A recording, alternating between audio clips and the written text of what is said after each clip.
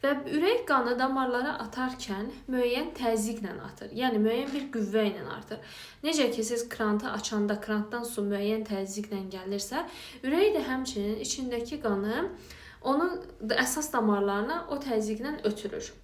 Və biz buna yuxarı təzyiq, sistolik təzyiq deyirik. Bu normal insanlarda adətən 120 qəbul edilir. 120 civə sütunu.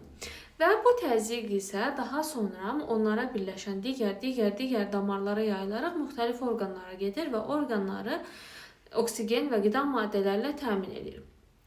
Bir də vardır ki bizim diastolik təzyiqimiz, yəni aşağı təzyiq. Hansı ki 120-nin 80-ə deyə norma qəbul olunmuş təzyiqdəki məhz aşağı hədd. Bu aşağı hədd isə ürəyin boşalma anına bərabər gəlir. Belə ki, ürək yığılıb boşalan bir orqandır. Yığıldığı zaman qanı damarlara atır və bu zaman qanı itələmək üçün 120 civə sütunu təzyiqə